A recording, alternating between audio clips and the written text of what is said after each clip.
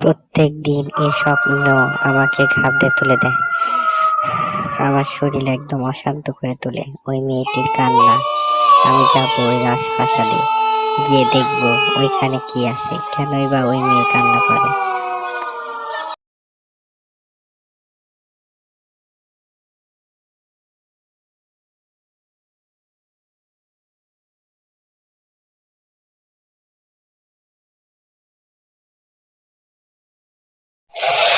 এই মেয়ে, তুমি কান্না করো কেন? আর এই রাজপ্রাসাদে তুমি কি করো? তুমি এখানে অন্ধকারে কি করো? তোমাকে আমি উদ্ধার করব, তুমি আমাকে সব খুলে বলো, তোমাকে আমি এখান থেকে নিয়ে যাব। তুমি কে? কেনই বা এখানে এসেছো? জানো না এখানে আসা বারণ? আজ এই রাতে অনেকে এসে প্রাণ দিয়েছে। তুমি এখান থেকে চলে যাও, না হলে আমার দাদিমা তোমাকে মেরে ফেলবে। তুমি পারবে না আমাকে উদ্ধার করতে, যাও এখান থেকে। কে রে ওখানে? কে এসেছে? তোকে আমি খেয়ে ফেলবো। তোর এত বড় সাহস, তুই আমার রাস্তায় এসে আমার মেয়ের লগে কথা কস? তোরে আমি খেয়ে ফেলবো। প্লিজ আমাকে ছেড়ে দাও, আমাকে মেরো না। তোমার কাছে ক্ষমা চাচ্ছি, আমাকে ছেড়ে দাও প্লিজ, আমাকে ছেড়ে দাও।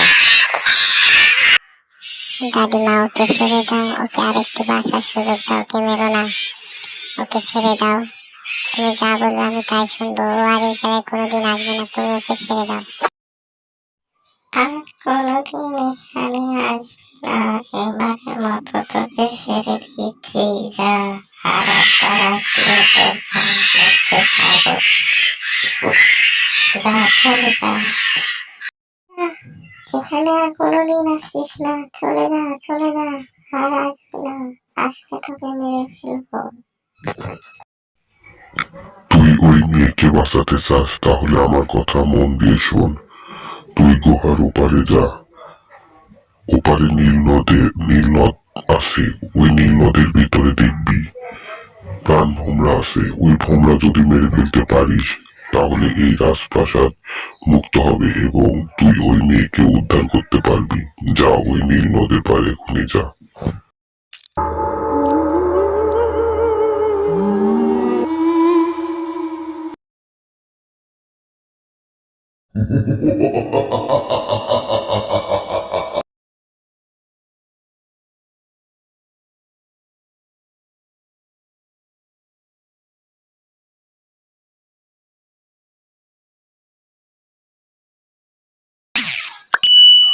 এখানে এই পাখিটি কিভাবে পড়ে আছে? কিছু একটা হয়েছে, পাখিটাকে কেউ মনে হয় মেরেছে, এই জন্যই পড়ে আছে। দেখি তো পাখিটির কি হয়েছে। পাখিটি তো অনেক ব্যথা পেয়েছে। আমি একটি দোয়া পারি, দোয়াটি পরে ফু দিই, দেখি পাখিটি বেঁচে ওঠে কিনা। পাখিটা অনেক কষ্ট হচ্ছে, পাখিটাকে একটু ফু দিয়ে দেখি পাখি ঠিক হয় কিনা। তোমার দোয়ায় আমি ঠিক হয়ে গেছি। আমি জানি তুমি কেন এসেছো এই জায়গায়। আমি হলাম সুখ পাখি, আমি সবার কথাই জানি। তুমি এসেছো প্রাণ ভোমরার খোঁজে, আমি তোমাকে প্রাণ ভোমরা এনে দিব, তুমি ওকে মেরে ফেলো। তুমি প্রাণ ভোমরা মেরে ফেললে রাজপ্রাসাদ মুক্ত হবে এবং তুমি ওই মেয়েকে উদ্ধার করতে পারবে। আমি তোমাকে এনে দিব। আমি তোমাকে পরীক্ষা করে দেখলাম তুমি অন্যের বিপদে এগিয়ে আসো কিনা, তা তুমি এগিয়ে এসেছো, তাই আমি খুশি হয়ে তোমাকে ভোমরা এনে দিব। উঠতে উঠতে তো চলে এলাম নদীর পাড়ে। এবার মাছকে ডাকতে হবে, যার পেটে প্রাণ ভোমরা আছে। মাছকে আমি ডাকি, তিরিং বিরিং ঝা, মাছ তুই এসে যা, এসে গেছে তাড়াতাড়ি তুই ভ্রমণ নিয়ে আয়।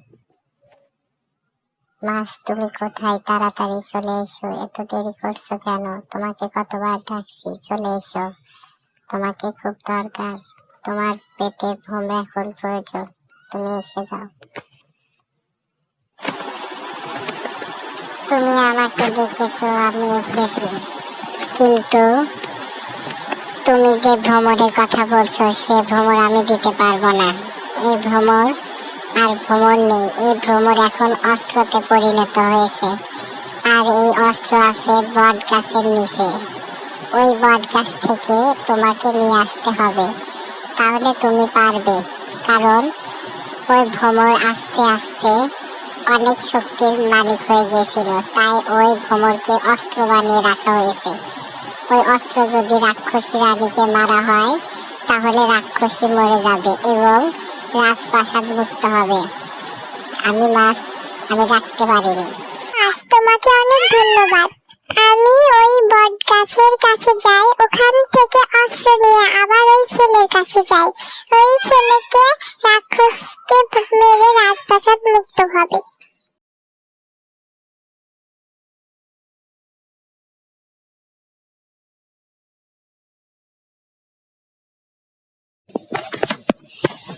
বটগাছ ভাই, তোমার কাছে যে অস্ত্রটা আছে সেটা আমাকে দিয়ে দাও।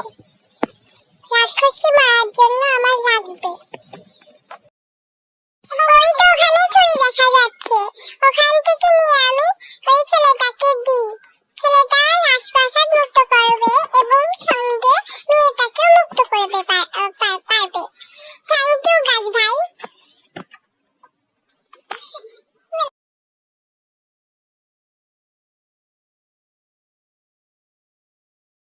তুমি ভেবেছো আমি তোমাকে দেখে ভয় করব? না, তোমাকে আমি এক্ষুনি মেরে ফেলবো। তোমাকে মেরে আমি ওই মেয়েকে আমার সাথে নিয়ে যাব। দেখো আমি তোমাকে মেরে ফেলেছি, দেখো ওকে আমি মেরে ফেলেছি। এবার চলো আমার সাথে, আর তোমার কোনো ভয় নেই। আমরা এখন চলে যাব আমাদের বাড়িতে। চলো আমরা এক্ষুনি চলে যাই। তারপর তারা এখান থেকে চলে যায়, আর কোনোদিন এখানে আসে না।